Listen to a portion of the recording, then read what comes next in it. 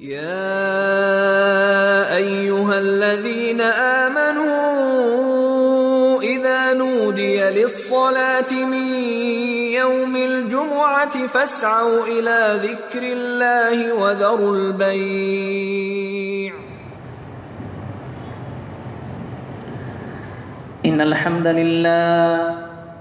نحمده ونستعينه ونستغفره ونؤمن به ونتوكل عليه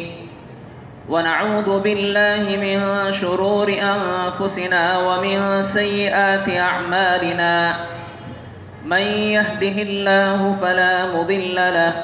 ومن يضلل فلا هادي له،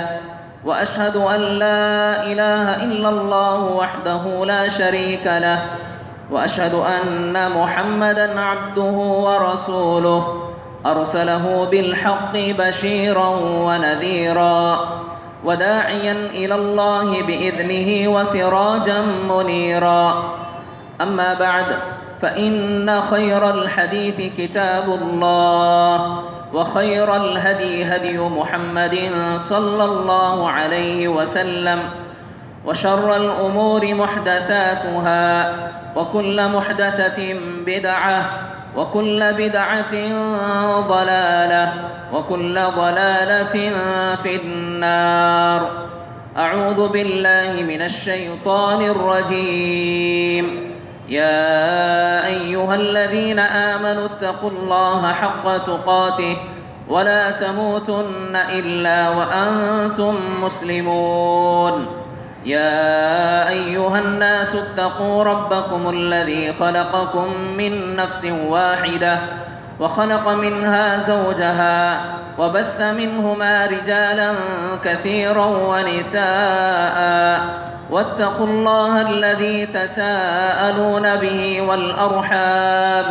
إن الله كان عليكم رقيبا.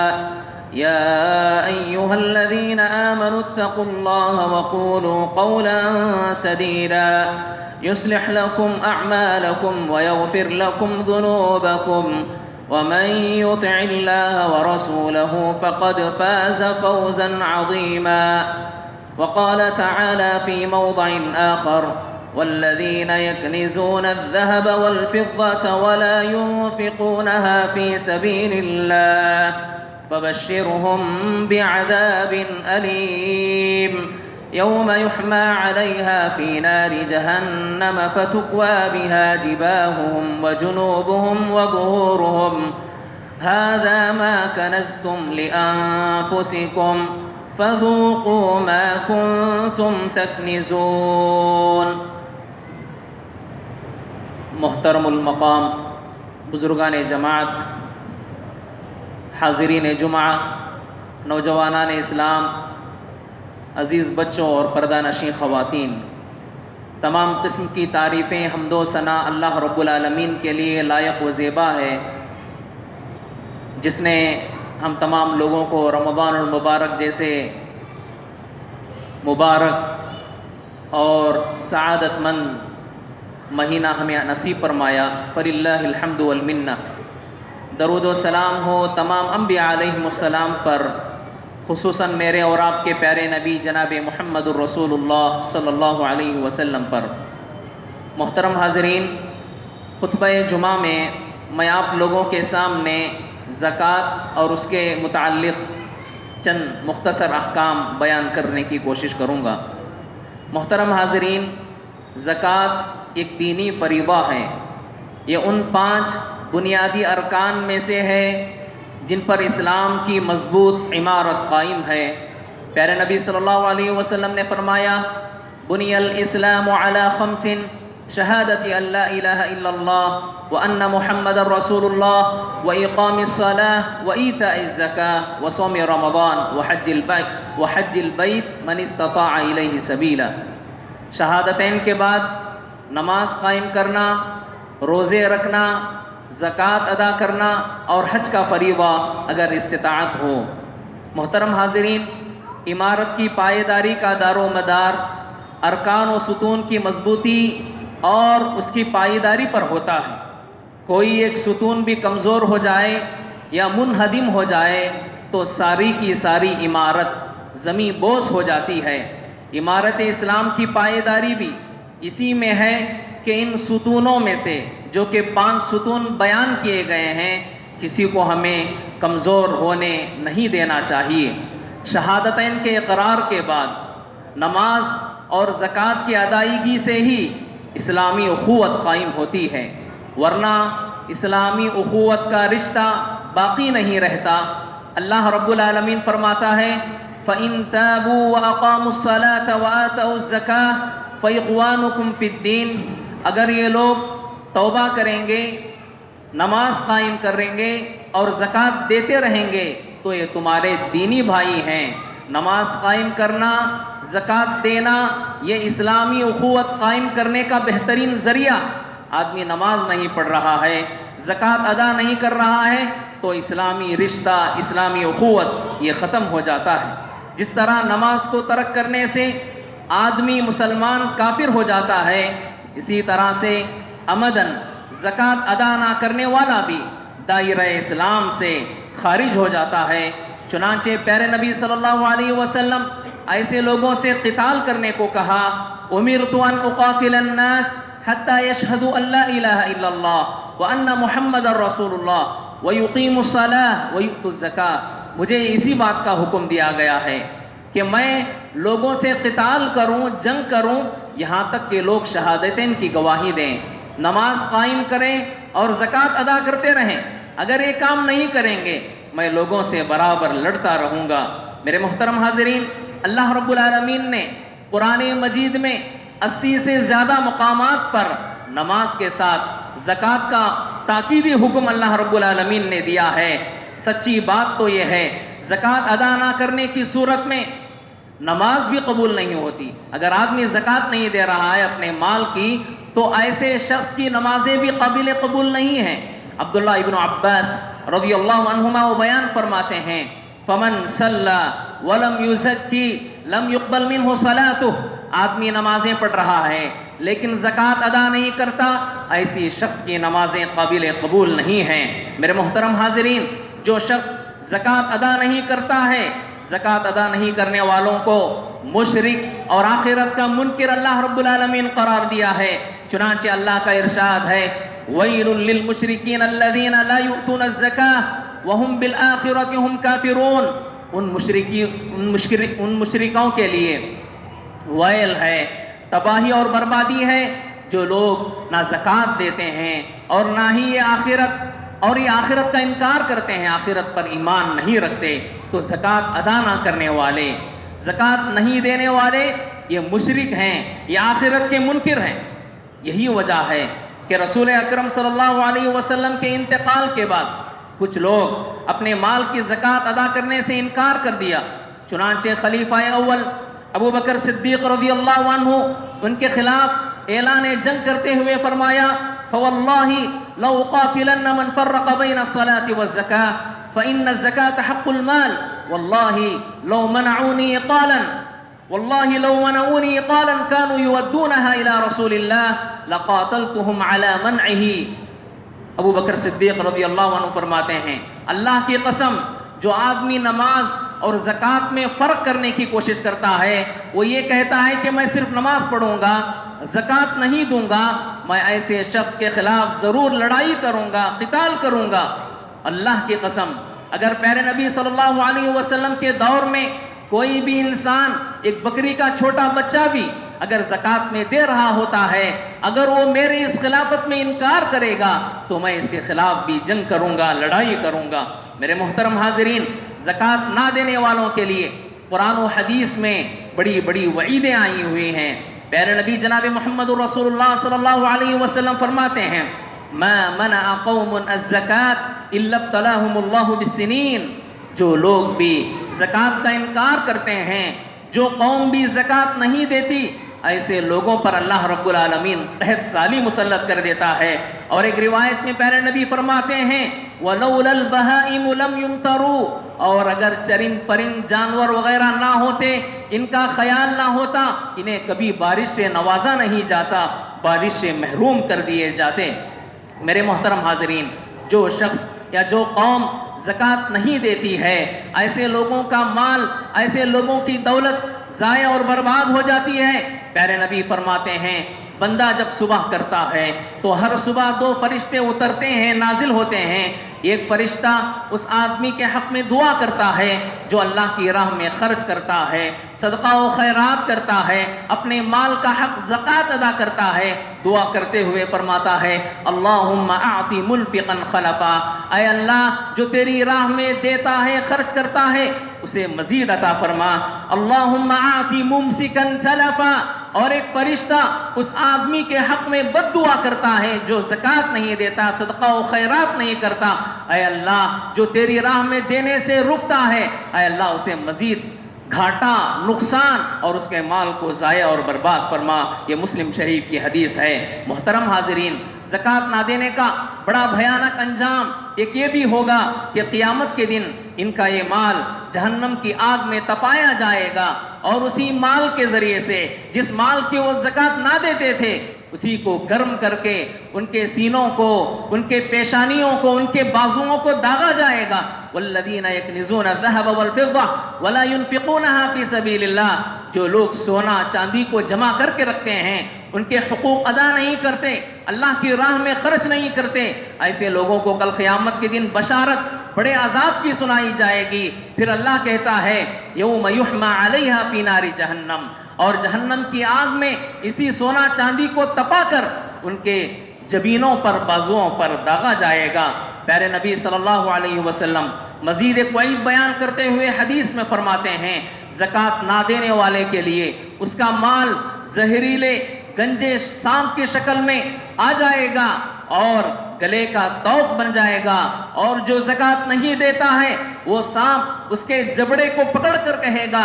انا مالوکا انا کنزوکا، میں تیرا ہی مال ہوں، میں تیرا ہی خزانہ ہوں، تو نے زکوٰۃ نہیں دی، اس کے حقوق ادا نہیں کیے، اس کے وجہ سے اللہ رب العالمین سزا کے طور پر، عذاب کے طور پر تجھ پر مجھے مسلط کر دیا ہے۔ پھر پیارے نبی صلی اللہ علیہ وسلم اس حدیث کو بیان کرنے کے بعد قرآن مجید کی آیت تلاوت فرماتے ہیں وَلَا يَحْسَبَنَّ الَّذِينَ يَبْخَلُونَ بِمَا آتَاهُمُ اللَّهُ مِنْ فَضْلِهِ هُوَ خَيْرٌ لَهُمْ بَلْ هُوَ شَرٌّ لَهُمْ سَيُطَوَّقُونَ مَا بَخِلُوا بِهِ يَوْمَ الْقِيَامَةِ، جو لوگ اپنے مال میں بخیلی کرتے ہیں، کنجوسی کر کے اپنے مال کی حفاظت کر لیتے ہیں، غریبوں سے چھپا کر رکھتے ہیں، وہ یہ نہ سمجھے کہ وہ بہت بڑا کارنامہ انجام دے رہے ہیں یا ان کے لیے بہتر ہے، بل ہوا شر لہم، بلکہ یہ ان کے لیے مزید وبال جان ہے۔ اللہ کہتا ہے سیطوقون ما بخلوا به یوم القیامہ، کل قیامت کے دن جن مالوں میں یہ بخیلی کرتے تھے، مال چھپا چھپا کر رکھتے تھے، ایسے مالوں کو گلے کا طوق بنا کر مزید سزا دی جائے گی اور ذلیل و رسوا کیا جائے گا۔ میرے محترم حاضرین،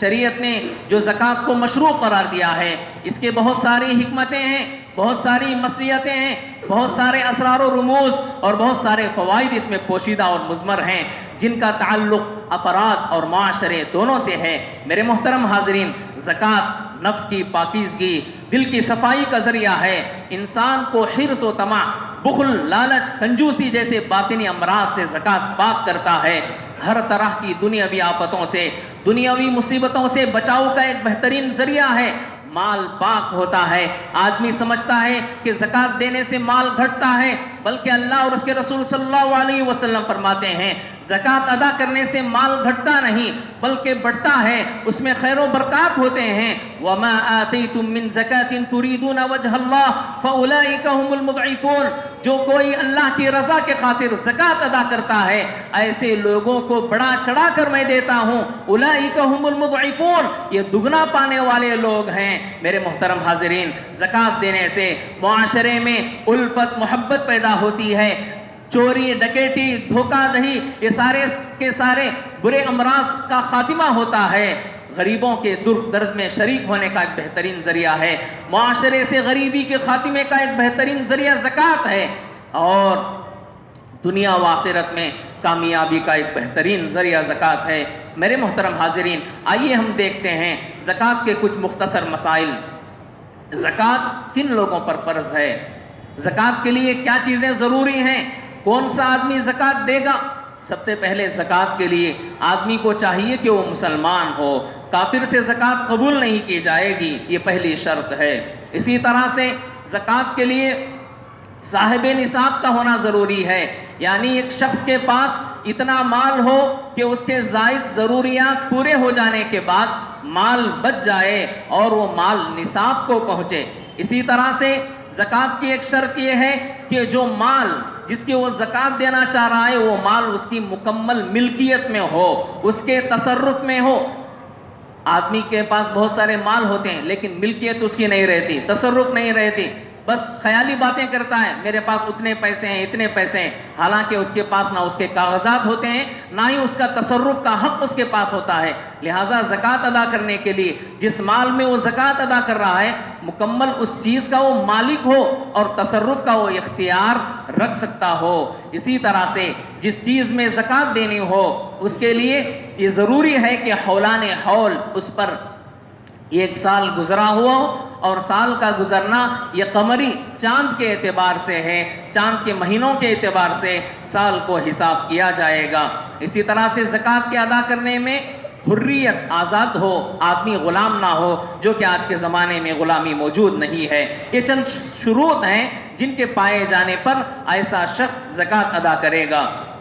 اب آئیے ہم دیکھتے ہیں زکوٰۃ کن چیزوں میں فرض ہے، کن چیزوں میں زکوٰۃ واجب ہوتی ہے. سب سے پہلے سونا. اگر کسی کے پاس 80 پر 5 گرام سونا یا اس سے زائد ہے، چاہے وہ سونا زیورات کی شکل میں ہو یا ڈھیلے یا بسکٹ جس کو ہم بولتے ہیں بسکٹ کی شکل میں ہو یا زیورات کی شکل میں ہو، دونوں چیزوں میں زکوٰۃ واجب ہوتی ہے. بلکہ زیورات کے سلسلے میں بہت سارے دلائل ہیں اور جمہور اہل علم نے اسی کو یہ راضح اور احوط قرار دیا ہے، جیسے کہ ابن باز رحمہ اللہ، ابن عثیمین رحمہ اللہ. اس لیے کہ بعض لوگ زیورات میں زکوٰۃ نہ دینے کے بھی قائل ہیں، تو بہتر اور احوط یہی ہے جیسا کہ پیارے نبی صلی اللہ علیہ وسلم نے حضرت عائشہ رضی اللہ عنہا کے ہاتھ میں یا کسی عورت کے ہاتھ میں جب 2 کنگن دیکھے تو آپ صلی اللہ علیہ وسلم نے کہا کیا تم چاہتی ہو کہ اس کے بدلے جہنم کے 2 کنگن تمہیں پہنائے جائیں؟ کیا تم اس کے حقوق ادا کرتی ہو یا نہیں؟ تو اس حدیث سے بھی جو کہ واضح صریح دلیل ہے کہ زیورات پر بھی زکوٰۃ ہے. تو بہرحال چاہے زیور ہو چاہے وہ بسکٹ کی شکل میں سونا ہو، 80 پر 5 گرام یا اس سے زیادہ سونا ہے اور اس پر سال گزر گیا ہے چاند کا قمری سال، تو اس پر زکوٰۃ ہے. اور یہ سونا جو بتایا جا رہا ہے خالص سونے کی بات ہے. البتہ کیرٹ کے بدلنے سے اس کے اندر ویسٹیج بھی بدلتا رہتا ہے، لہٰذا کیرٹ کے حساب سے سونار حضرات جو ویسٹیج نکالتے ہیں اس کو نکالنے کے بعد جو خالص سونا بچے گا اس پر زکوٰۃ واجب ہوگی. اسی طرح سے چاندی کا مسئلہ بھی ہے. چاندی اس کا نصاب دیکھیے. اب ہم دیکھتے ہیں کہ چاندی اگر کسی کے پاس 590 پر 5 گرام ہے اور اس پر بھی سال گزر گیا ہے اور اس میں بھی خالص چاندی کا اعتبار کیا جائے گا تو اس پر بھی زکوٰۃ واجب ہے. کرنسی، پیسہ، روپیہ، علماء کرام کرنسی کو بھی سونا چاندی کی طرح قرار دیا ہے، اس لیے کہ عہد رسالت میں درہم و دینار ہی بطور کرنسی استعمال ہوتے تھے، اور کسی کے پاس اکثر اہل علم نے چاندی کو معتبر قرار دیا ہے تاکہ غریبوں کا بھی بھلا ہو جائے. اگر کسی کے پاس 590 پر 5 گرام چاندی کے برابر پیسہ ہے جس کی قیمت تقریباً آج کے حساب سے 40,000 روپے بنتے ہیں، بعض اہل علم نے سونے کا اعتبار کیے ہیں 80 پر 5 گرام کے حساب سے اگر کسی کے پاس کرنسی پیسہ ہے تو اور اس پیسے اور اس کرنسی پر سال گزر جائے تو 2.5% کے حساب سے اس پر زکوٰۃ فرض ہوگی، یعنی لاکھ روپے پر 2,500 روپے، 1 لاکھ روپے پر 2,500 روپے زکوٰۃ فرض ہوگی. وہ پیسہ چاہے انسان کے ہاتھ میں ہو یا بینک اکاؤنٹ میں فکس ڈپازٹ ہو یا اسی طرح سے کسی کو ادھار قرض دیا ہو اور آنے کی امید ہو. بعض لوگ ایسے ہوتے ہیں پیسہ لیتے ہیں ڈبانا چاہتے ہیں، اگر ایسا ہے ٹال مٹول کر رہے ہیں، دے رہے ہیں، کئی سال ہو گئے، جس سال وہ دیں گے کئی سال گزر گئے، امید ہی ختم ہو گئی، جس سال واپس پیسے آئیں گے تو 10 سال کے بعد پیسے آئے تو 10 سال کی زکوٰۃ نہیں دینا ورنہ پورے پیسے ختم ہو جاتے. 10 سال نہیں دینا ہے بلکہ آخری سال زکوٰۃ دینا، آخری سال کی زکوٰۃ ہم اس پیسے کی ادا کریں گے. اسی طرح سے زرعی پیداوار جس کو ہم زراعت کرتے ہیں، کاشتکاری کرتے ہیں، اس کا نصاب ہم دیکھتے ہیں، مثلاً گیہوں ہے، چاول ہے، دال ہے، اناج ہے، جو کوئی بھی اسٹور ذخیرہ کیا جاتا ہے، جس کا ذخیرہ کیا جائے، ان پیداوار میں، ان زرعی پیداوار میں زکوٰۃ ہے۔ البتہ جو چیزیں بہت جلد گل سڑ جانے والی ہیں، جن کو زیادہ دیر اسٹاک نہیں کیا جا سکتا، آج کل تو بہت سارے آلات وغیرہ آئے ہیں، لیکن پرانے حساب سے ہی ہم کو خیال کرنا ہے، تو جن کو بہت زیادہ دن اسٹاک نہیں کیا جا سکتا، گل سڑ جاتی ہیں، ان پر زکوٰۃ نہیں ہے۔ البتہ ان کی اگر آدمی کاروبار کرتا ہے، ان کی جو آمدنی آئے گی، بیچ ڈالا، ٹماٹر آئے، مثلا ٹماٹر کو بیک وقت بیچ دیا، کئی لاکھ روپے پیسے آئے، وہ پیسوں پر اگر سال گزر جائے گا تو اس پر زکوٰۃ ہے، ورنہ ٹماٹر پر زکوٰۃ نہیں ہے۔ اسی طرح سے بہت سارے ایسے پھل فروٹ ہوتے ہیں جو بہت جلد ختم ہو جاتے ہیں، سڑ جاتے ہیں، ان پر زکوٰۃ نہیں ہے، لیکن ان کی آمدنی اتنی ہو کہ وہ نصاب کو پہنچ رہی ہو اور اس پر سال گزر جائے تو اس پر زکوٰۃ ہے۔ اب آئیے، زرعی پیداوار کتنی ہو تو زکوٰۃ ہے؟ 650 پر 3 کلو۔ اگر آدمی فصل، کھیت میں فصل ڈالا، فصل جس وقت ہم کاٹیں گے اسی دن زکوٰۃ دینا ہے، اس میں سال کا خیال نہیں کیا جائے گا۔ وَآتُوا حَقَّهُ يَوْمَ حَصَادِهِ، جس دن فصل کاٹیں گے اسی وقت اس کا حق دے دیا جائے گا۔ 650 پر 3 گرام، 650 پر 3 کلو، 650 پر 3 کلو اگر ہمارا اناج ہے کاٹنے کے بعد، یا اس سے زیادہ ہے، تو اس پر زکوٰۃ فرض ہے۔ اب کتنا دینا ہے، جس کو 5 وسق عربی میں کہتے ہیں، کتنا دینا ہے؟ اگر ہمارا کھیت بارش کی وجہ سے یا چشموں اور نالوں کی پانی سے مفت اور مجاناً اگر سیراب ہو رہے ہیں، تو ایسے زمین کی پیداوار میں 10واں حصہ دیں گے، یعنی پورے اناج کے 10 حصے کریں گے، 1 حصہ اللہ کے راہ میں زکوٰۃ دیں گے۔ اسی طرح سے اگر ہمارا کھیت یا ہماری زمین کی جو سیرابی ہے وہ آلات سے، مشینوں سے ہو رہی ہے، محنت ہو رہی ہے، لاگت لگ رہی ہے، تو ایسی صورت میں اس اناج کا 20واں حصہ دیں گے، 20 حصے کر کے 20واں حصہ اللہ کے راہ میں زکوٰۃ نکالا جائے گا۔ اسی طرح سے مویشیوں کا نصاب، مویشی جو جانور ہوتے ہیں، اونٹ، اونٹنی، بیل، گائے، اس میں بعض اہل علم نے بھینس کو بھی شمار کیا ہے۔ اسی طرح سے بکرا، بکری، مینڈا، مینڈی، یہ 8 قسم کے جانور ہیں جن میں زکوٰۃ فرض ہے۔ اونٹ ہمارے پاس تو نہیں ہے فی الحال، اونٹ کا جو اقل نصاب ہے 5 اونٹ پر 1 بکری ہے، 5 اونٹ پر 1 بکری، مزید اگر اونٹ ہو تو انشاءاللہ تفصیل بعد میں بتائی جائے گی۔ بیل، گائے یا بعض اہل علم کے مطابق بھینس وغیرہ، اگر کسی کے پاس 30 ہیں تو 30 بیل یا 30 گائے یا 30 بھینس پر 1 گائے یا 1 بیل اللہ کے راہ میں زکوٰۃ نکالنی ہوگی۔ اسی طرح سے 40 بکریاں یا اس سے زائد ہیں، 40 بکریوں پر 1 بکری ہے۔ مزید انشاءاللہ تفصیل انشاءاللہ بعد میں انفرادی طور پر اگر کسی کے زائد بکریاں ہوں تو بتائی جائے گی۔ میرے محترم حاضرین، اس میں ایک بات یاد رکھیں، اگر اللہ نے کسی کو مویشیوں سے نوازا ہے اور ان کا یہ نصاب پہنچا ہوا ہے، اگر ان کی زکوٰۃ ادا نہیں کریں گے تو بخاری شریف کی حدیث ہے، پیارے نبی صلی اللہ علیہ وسلم فرماتے ہیں، میدان محشر میں انہی جانوروں اور مویشیوں کے ذریعے سے اس آدمی کو سزا دی جائے گی، اللہ ان کے سینگ دے گا اور انہیں خوب فرما کروائے گا، اور یہ رونتے ہوئے اسے سینگ مارتے ہوئے گزرتے جائیں گے۔ اسی طرح سے عروض التجارہ، جو مال کاروبار کے لیے، بزنس کے لیے متعین کیا جاتا ہے، اس مال میں بھی زکوٰۃ ہے۔ سال کے آخر میں مال جو ہمارا موجود ہے، موجودہ قیمت کے حساب سے اندازہ اور تخمینہ لگایا جائے گا۔ جو مال آدمی تجارت اور بزنس اور کاروبار کرتا ہے، مثلا پینٹ ہیں اور اسی طرح سے دیگر ہمارے بہت سارے دکان والے حضرات ہیں، اس میں کیا کرنا ہے، عروض التجارہ جو سامان جو بیچنے والا جو سامان ہے، سال کے آخر میں گزر جانے کے بعد ایک اندازہ لگانا کہ میرے پاس سرمایہ کیپٹل کتنا ہے، اور موجودہ قیمت لیے تھے پہلے 5,000 کے حساب سے،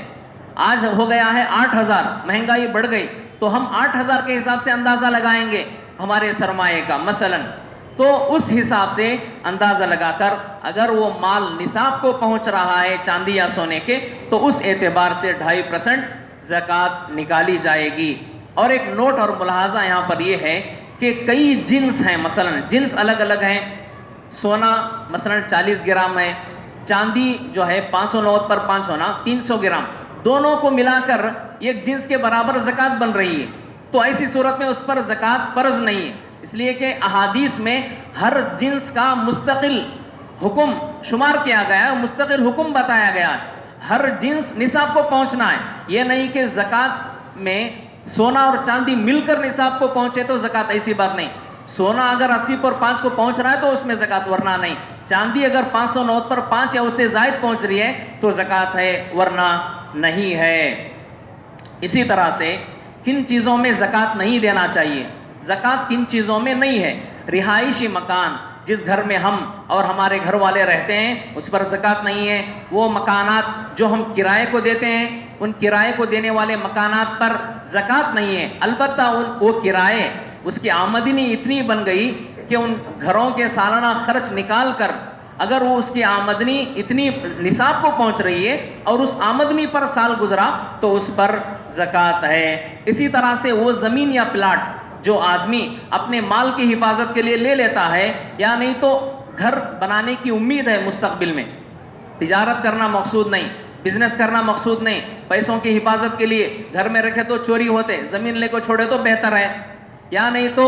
تعمیر کرنا چاہ رہا، زمین لے کے انشاءاللہ 2 سال کے بعد میں گھر بناؤں گا، تو ایسے زمینوں پر زکوٰۃ نہیں ہے، الا یہ کہ مہنگائی بڑھ گئی تو میں بیچوں گا فائدہ ہوگا، یہ تجارت، یہ بزنس اس کو کہتے ہیں۔ اگر ایسی نیت ہے لیتے وقت یا بعد میں نیت بدل گئی 1 سال کے بعد، ایسی اگر ہے تو اس زمین کی موجودہ قیمت لیے تھے 2 لاکھ میں لیکن اب 10 لاکھ ہے تو 10 لاکھ کی زکوٰۃ سال کے گزرنے کے بعد نکالنی ہوگی۔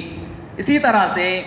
ذاتی استعمال کی چیزیں، گاڑی ہیں، کار ہیں، یہ ساری چیزوں پر زکوٰۃ نہیں ہے جو آدمی خود کے لیے استعمال کرتا ہے۔ اسی طرح سے روزگار حاصل کرنے کے جو مشینیں ہوتی ہیں، آدمی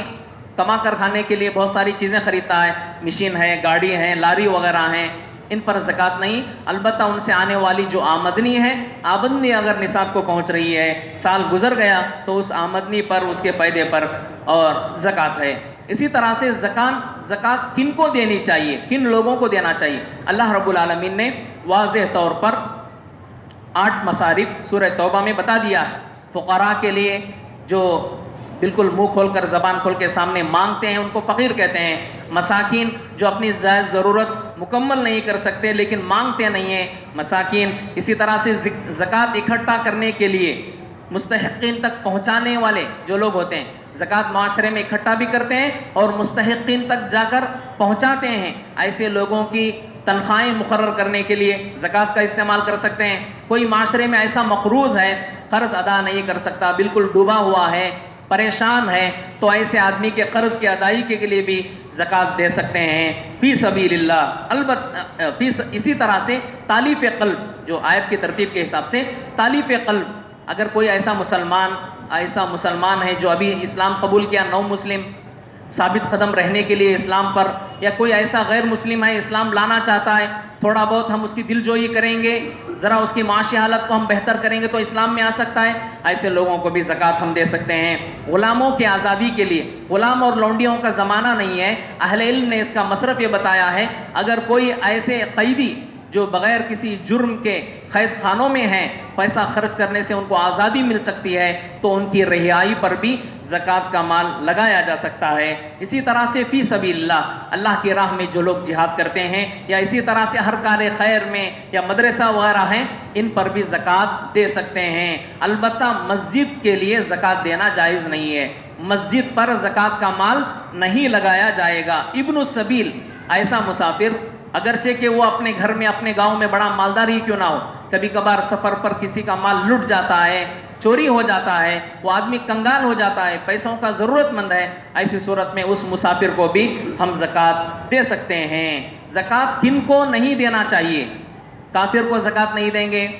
فاسق و فاجر، ایسا فاسق و فاجر، اور اگر اس کو ہم زکوٰۃ دیں گے تو وہ پیسہ وہ فسق و فجور میں لگائے گا، ورنہ اگر اس کی ضرورت پوری ہوگی یا اس کی والدہ کوئی بیمار ہیں، اگر اسی پر خرچ کرے گا تو اچھی بات ہے، لیکن ایسا فاسق و فاجر کہ اگر ہم اس کو پیسہ دیں گے تو وہ شراب میں ہی ختم کرے گا، تو ایسے فاسق و فاجر کو ہم زکوٰۃ نہیں دیں گے۔ اسی طرح سے والدین کو زکوٰۃ نہیں دیں گے، والدین یہ تو ہماری ذمہ داری ہے، وہ بچپن سے ہمیں پالا ہے، ہماری ذمہ داری بنتی ہے کہ ہم ان کی پرورش کریں، ان کی دیکھ بھال کریں، خدمت کریں، تو ان پر زکوٰۃ ہمیں دینا نہیں ہے۔ اسی طرح سے اپنے بیوی بچوں پر ہم زکوٰۃ نہیں دیں گے، ایسے لوگوں کو زکوٰۃ نہیں دیں گے۔ البتہ بیوی اپنے مفلس شوہر کو زکوٰۃ دے سکتی ہے، جیسا کہ احادیث میں موجود ہے کہ حضرت زینب رضی اللہ عنہا اپنے شوہر عبداللہ بن مسعود رضی اللہ عنہ ان کے افلاس کی وجہ سے ان پر زکوٰۃ کا مال دینے کے سلسلے میں پیارے نبی سے سوال کیا تو آپ صلی اللہ علیہ وسلم نے اجازت دی۔ اسی طرح سے آل بنو ہاشم پیارے نبی صلی اللہ علیہ وسلم کے خاندان والوں کے لیے، جو لوگ سید وغیرہ کہتے ہیں، اگر ان کا واقعی شجرہ صحیح ہے، پیارے نبی تک پہنچتا ہے، تو ایسے لوگ زکوٰۃ لینے کے مستحق نہیں ہیں، زکوٰۃ لینے کے لیے نہ آئیں، بلکہ ایسے لوگوں کے لیے عام صدقہ دے سکتے ہیں، ایسے لوگوں کے لیے عام صدقہ دے سکتے ہیں۔ ورنہ بہت سارے لوگ معاشرے میں ایسے ہوتے ہیں، اپنے آپ کو سید بولتے ہیں، اگر واقعی وہ سید ہیں لیکن زکوٰۃ لینے کے لیے پہل کرتے ہیں، نہیں کرنا چاہیے، بالکل ان کے لیے یہ جائز نہیں ہے۔ دوسرے عام صدقات و خیرات سے ان کی تعاون کی جا سکتی ہے، اس لیے کہ یہ سید حضرات پیارے نبی صلی اللہ علیہ وسلم کے خاندان والے دوسروں کے بنسبت زیادہ محترم کے قابل ہیں۔ زکوٰۃ دینے کے آداب، زکوٰۃ دینے کے لیے کیا آداب کا لحاظ رکھنا چاہیے؟ سب سے پہلے نیت درست ہونا چاہیے۔ زکوٰۃ دینے والا رضا الہی کے لیے دے، نہ کہ لوگوں میں شہرت کمانے کے لیے۔ حلال مال کا انتخاب کرے، حرام کمائی کی اور حرام کمائی کی زکوٰۃ نہیں قبول کی جائے گی۔ پیارے نبی فرماتے ہیں اگر کوئی آدمی چوری کر کے مال لائے گا اور چور اس چوری مال کو صدقہ کرنا چاہتا ہے، چوری کا مال، تو اللہ رب العالمین ایسے صدقے اور زکوٰۃ کو قبول نہیں کرے گا۔ مسلم شریف کی حدیث ہے۔ اچھے مال کا انتخاب کریں، زکوٰۃ دیتے ہوئے گھٹیا اور ردی مال نہیں دینا چاہیے۔ لن تنالوا البر حتى تنفقوا مما تحبون۔ اسی طرح سے زکوٰۃ دینے میں غریب رشتہ داروں کو مقدم رکھا جائے گا۔ غریب رشتہ داروں کو زکوٰۃ دینے سے دو فائدے ہیں، ایک صدقہ زکوٰۃ کا بھی ثواب ملے گا اور اسی طرح سے صلہ رحمی کا بھی ثواب ملے گا۔ اسی طرح سے زکوٰۃ دیتے ہوئے چھپا کر دینا زیادہ بہتر ہے، ورنہ زکوٰۃ دکھا کر بھی دی جا سکتی ہے، یہ فریضہ ہے۔ ان تبدوا الصدقات فنعما ہی، اگر آپ چھپا کر صدقہ و خیرات کر رہے ہیں تو ٹھیک ہے، ٹھیک ہے بول رہا اللہ تعالیٰ۔ وَإِن تُخْفُوهَا وَتُؤْتُوهَا الْفُقَرَاءَ فَهُوَ خَيْرٌ لَكُمْ، لیکن چھپا کر دے رہے ہو تو یہ زیادہ بہتر ہے اور یہ نیت کے لیے بہت بہترین چیز ہے۔ اور اللہ کے نبی صلی اللہ علیہ وسلم نے بھی حدیث میں فرمایا جو لوگ ایسا دیتے ہیں کہ بائیں ہاتھ کو بھی معلوم نہیں ہوتا، تو عرش الہی، عرش اللہ رب العالمین کے عرش کے سائے کے لوگ کل قیامت کے دن مستحق ہوں گے۔ زکوٰۃ دینے والا زکوٰۃ دے کر احسان نہیں جتلانا چاہیے، رحمت، شفقت، مہربانی کا جذبہ اس کے اندر ہونا چاہیے۔ اسی طرح سے میرے محترم حاضرین، ایک دو بات بیان کر کے میں اپنی بات کو ختم کروں گا۔ اسلامی نظام زکوٰۃ معاشرے میں غربت اور افلاس کے خاتمے کا ایک بہترین ذریعہ ہے۔ اسی لیے ہم جس گاؤں سے مال اصول کر رہے ہیں، جس گاؤں سے زکوٰۃ اکٹھا کر رہے ہیں، ہونا یہی چاہیے، اور اسلامی نظام کا تقاضا بھی یہ ہے کہ اسی گاؤں میں اس زکوٰۃ کو تقسیم کیا جائے۔ جیسے کہ پہلے نبی صلی اللہ علیہ وسلم نے فرمایا تؤخذ من اغنیائہم وترد علی فقرائہم، جس گاؤں یا جس شہر کے مالداروں سے زکوٰۃ لی جاتی ہے اسی گاؤں کے غریبوں پر تقسیم کیا جائے گا۔ چنانچہ پیارے نبی صلی اللہ علیہ وسلم کے دور کے اور عہد خلافت کے بہت سارے واقعات ہیں، وقت نہیں ہے کہ اللہ کے نبی، بعض صحابہ کہتے ہیں، سعید بن المسیب رحمہ اللہ بھی فرماتے ہیں کہ ہم نے بہت سارے صحابہ کو یا زکوٰۃ اصول کرنے والوں کو دیکھے ہیں جو زکوٰۃ اصول کرنے کے لیے کسی گاؤں یا شہر کو جاتے تھے، اپنی سواری پر زکوٰۃ اصول کرتے اور زکوٰۃ کے مال تقسیم کر کے جس حالت میں خالی ہاتھ جاتے اور خالی ہاتھ ہی لوٹ کر آتے، کوئی زکوٰۃ کا مال لے کر مدینہ پھر واپس نہیں آتے۔ مطلب یہ ہے کہ جہاں پر ہم زکوٰۃ، جس ایریے میں، جس معاشرے میں ہم زکوٰۃ لے رہے ہیں، اسی معاشرے کے فقراء اور غریب میں اس کو تقسیم کرنا یہ زیادہ بہتر ہے۔ اسی طرح سے زکوٰۃ اسلام کی ان عبادتوں میں سے ایک عبادت ہے جس کی ادائیگی اجتماعی طور پر مطلوب ہے، اسی لیے اللہ نے جہاں جہاں پر نماز کا ذکر کیا وہیں پر زکوٰۃ کا ذکر کیا۔ نماز جس طرح سے اجتماعی عبادت ہے اسی طرح سے زکوٰۃ کو بھی اجتماعی طور پر دینا ہے، یہ زیادہ بہتر ہے۔ اس لیے کہ مصارف زکوٰۃ میں ایک مصرف کیا ہے؟ عاملین علیہ، زکوٰۃ اکٹھا کرنے، زکوٰۃ دینے والوں کو بھی زکوٰۃ کا مال دیا جائے گا۔ اگر زکوٰۃ کو اکٹھا کرنے کا سوال ہی نہیں ہے، زکوٰۃ کو اکٹھا کرنے والے ٹیم ہی نہ ہوتے تو اجتماعی زکوٰۃ کا سوال ہی پیدا نہیں ہوتا، ہر کوئی اپنے اپنے حساب سے دیتا، اس مصرف کو ذکر کرنے کی ضرورت نہ ہوتی۔ اور یہ بھی یاد رکھیے ابو بکر صدیق رضی اللہ عنہ جو کہ جنگ کا اعلان کیے مانعین زکوٰۃ سے. ہو سکتا ہے بعض مانعین زکوٰۃ اپنے دل میں یہ کہہ رہے ہوں کہ ہم اپنی مرضی سے ہم جس کو چاہیں گے زکوٰۃ دے لیں گے. نہ صرف وہاں انکار کی بات تھی، بعض لوگ ایسے بھی ہو سکتے تھے کہ اپنے دل میں کہ ہم